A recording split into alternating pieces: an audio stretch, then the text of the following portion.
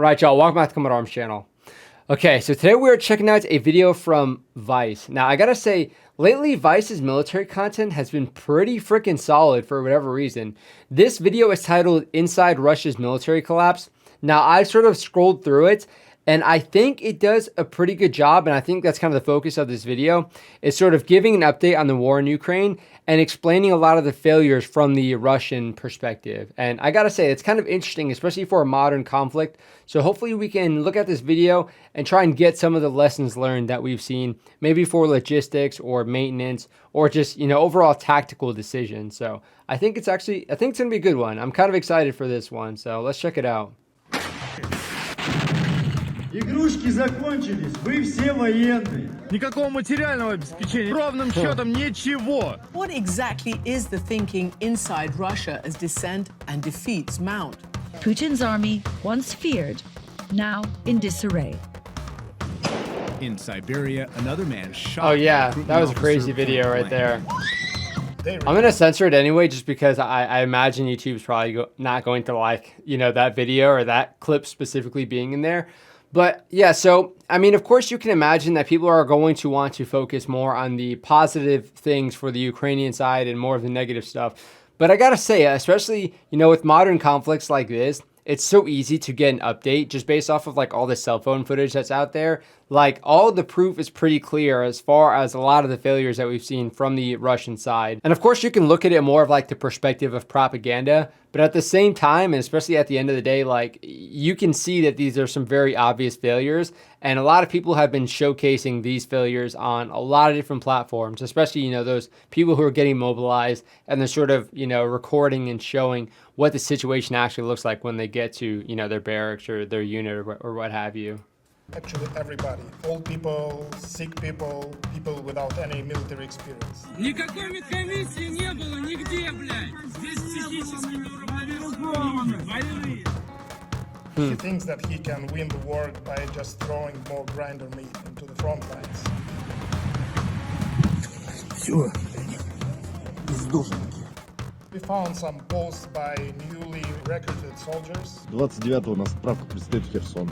Yeah, these are interesting. Отправка из зоны боевых действий не будет.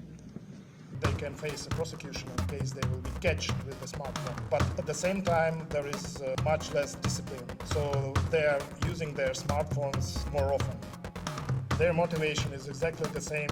Yeah, and that's a whole nother thing with like, what is that truck?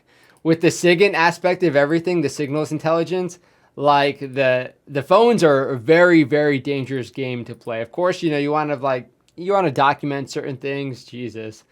You want to document certain things and kind of get some stuff out there. But yeah, when you're actually on the battlefield, it's definitely something you should try and stay away from. My gosh, what is going on? These pictures. Is that the same dude? Their motivation is exactly the same as ours, to share the brightest moments of their life. And a lot of them trying to complain. Предупредили, что будут условия еще хуже. Что мы будем тут делать? Хуй просышь. That looks miserable. My gosh. My name is Mark Rutov, and I'm an investigative journalist currently covering the Russian-Ukrainian war. So open source intelligence is the source which everyone can find.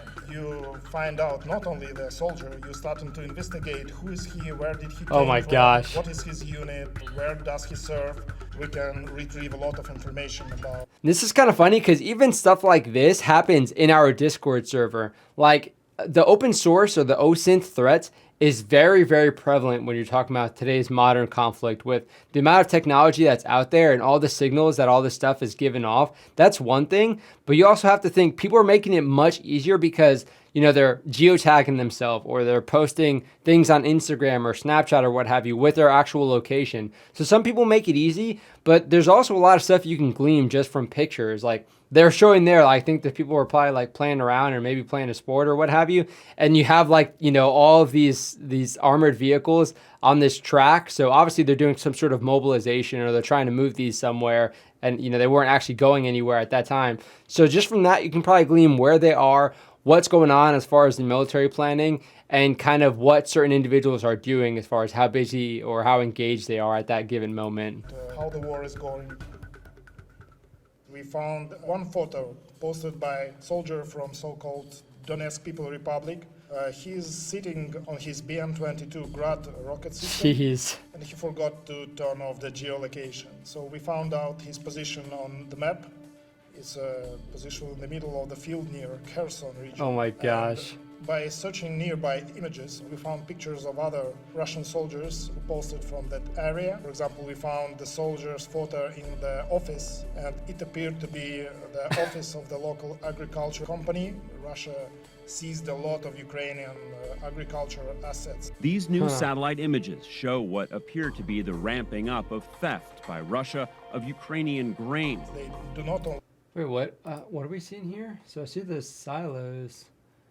Okay. What? Jeez, that's a satellite image? That is like really freaking clear. Do not only steal the grain and export it to other countries, but they also put their hands on the infrastructural facilities. We even found a soldier who posed from the local family winery, where it seems that he and his friends, they have a firing position there. Then we tried to Stupid. nearby photos. Oh my tried gosh. to contact the owner of the winery to figure out if he knows that Russians using his winery and his hotel as a place to stay. What are you doing? Like, I get it. Like, I'm a content creator. I try and have like content whenever I can, and I try and do like stuff on Instagram. But stuff like this, like, it's not that interesting. What is that flag? Oh my gosh. Yeah, it's not that interesting. I mean, I don't know why you'd post this, especially what was it, Instagram or something? I don't understand. Like, there's a time and a place to post these kinds of things. If you want to take the picture, that's fine. But like, at least wait until you're out of the area, or you know, till your buddies are out of the area before posting it, at the very least. But again, like, I don't know. Maybe they're just not taught operational security like we are. I think even at our basic level, like privates know pretty well not to just take pictures of, you know, where they are, especially when they're deployed. Training is one thing. We try and maintain operational security for that. But deployed, yeah, everybody's pretty aware of that. The hotel as a place to stay. Russian President Vladimir Putin just escalated his invasion of Ukraine, calling up hundreds of thousands of reservists. That looks so annoying. Рот закройте себя, ведите достойно. Что вы орете все? You probably have seen a lot of videos from so-called gathering points. It's usually some large facilities like sport halls, where they gather all these mobilized before they will throw to their units. And conditions, how they keep them is awful.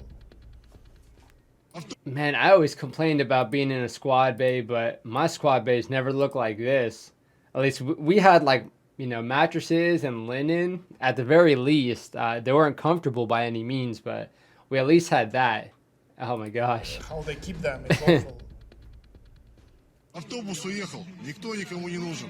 Как стадо баранов загнали.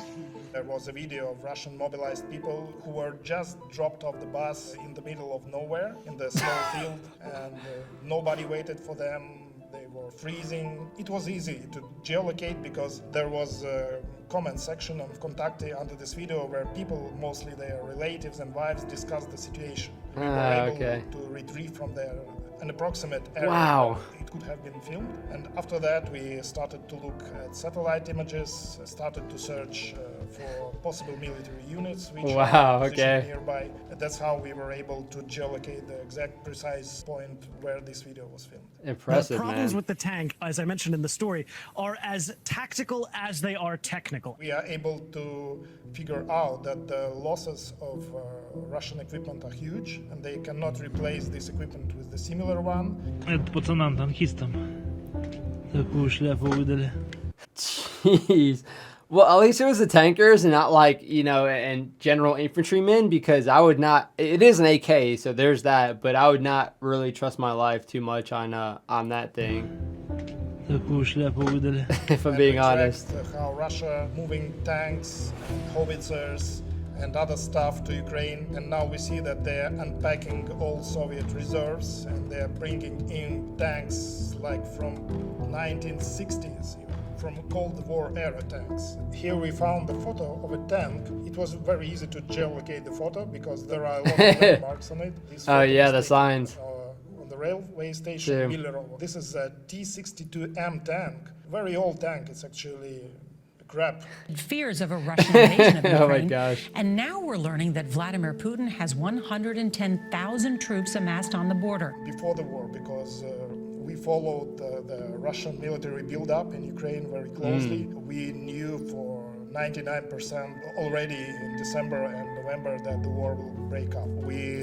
Yeah, and that was something like, even for me, I'm like, I don't know, it just seems like something that they just wouldn't do. I mean, any rational person would probably like to assume that they wouldn't do something like that. But then when you started seeing like the legit mobilization, especially when you started seeing stuff actually appearing as far as like, you know, the vehicles being moved or these positions being built, it was like, okay, yeah, I guess this is actually happening. Tracked the social media accounts of Russian soldiers who were sent to Belarus. Relatives of those soldiers start to discuss this on social media, and they were told that they are going to military exercises, which is nothing new. But when we started to follow them and reached out to them, we discovered that a lot of people actually already know from their commanders that oh my gosh, reach out to them. Okay. Must be a fun job. That we are journalists, they are very often quite open and ready to speak and tell you a lot of useful information too. They're very frustrated actually with what's happening.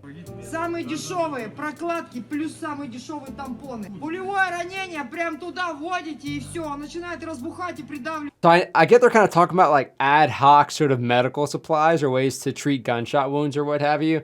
Of course, generally it'd be nice to have like combat gauze or, you know, gauze or like a quick clot, something to help with the bleeding as well. But yeah, tampons will work in a pinch if you have them, or I guess if you want to start carrying them. But yeah, gauze would be a lot better if you're able to actually get your hands on that as well. Very low, especially when you find yourself in the conditions which are totally different from what you've been promised. Люди болеют, пневмония, заболевания, у всех температура. Палатки нам нихуя не дают, жили в землянках. Неделю мы прожили в скотских условиях.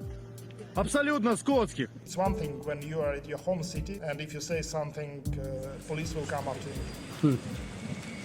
But when you are sitting in the dirty trench and you can die every next second, maybe you're just feeling a little bit more free. All right, they lost me at the end because those recommended videos were very interesting. Yeah, so the information might be out there, but I kind of wonder how long they're actually preparing for this specific invasion, because it doesn't seem like there was that. They didn't seem that prepared militarily speaking or logistically speaking when it came to, I mean, I understand like the backlash. They probably didn't expect the amount of backlash they were getting from like the entire world. It makes sense to us because it just looks like straight up warmongering. But yeah, maybe they weren't expecting that much, so that kind of makes sense. But again, they were trying to go into a straight up, war. And now they're trying to mobilize hundreds of thousands of people. They're trying to break out all this old equipment to help in the war effort. And again, I don't know how long they were preparing for it, but it doesn't seem like it was that well thought out if they're having to resort to things like that. I mean, there's some pictures out there, I don't know if they're legit or not, of people getting issued like Mosin Nagant rifles, which, yeah, of course, you can imagine that must be pretty freaking bad considering the AKs are like very plentiful, and you would imagine that they would have, at least a decent rifle to give to people. But then you have stuff like that where the AKs are super rusty and stuff. So I don't know. It's very interesting. Of course, they also didn't expect the fact that, there's going to be a lot of discontent or a lot of people that are upset about this. And they have social media as a platform. Everybody has a platform now, as long as you have a smartphone. So if you can get that information out there, then it's definitely going to, hurt that effort as well as trying to make it look like the morale is super high or trying to make it look like it's, going to fight these Nazis or what have you. Yeah, when you have everybody that has a platform like that, then it becomes like an information campaign, and it's very, very hard to contain anything like that, impossible even in today's age. So they probably also didn't expect that aspect as well. And I'm sure that has definitely contributed to the amount of backlash they're getting in their own country and, again, just from the rest of the world. So a very interesting video. I think they did a pretty good job at sort of highlighting everything. Again, OSINT is a very scary threat. You can kind of see a little bit of it here, and they're just scratching the surface, to be honest. But it must be a pretty freaking fun job, especially for a conflict like this, to be able to try and, you know, geolocate somebody or try and look at these pictures to find out where they're at. It's an interesting one. And I'd like to check out more videos specifically about OSINT, you know, open source intelligence. So if you guys have any other interesting videos about how OSINT was utilized, or maybe just a general like overview of OSINT as well, I think that'd be pretty cool for us to check out on the channel, just so we can kind of understand it and see how it's playing into this conflict. But yeah, that was a very lengthy outro. So yeah, hopefully you guys enjoyed the video. I'll see you on the next one.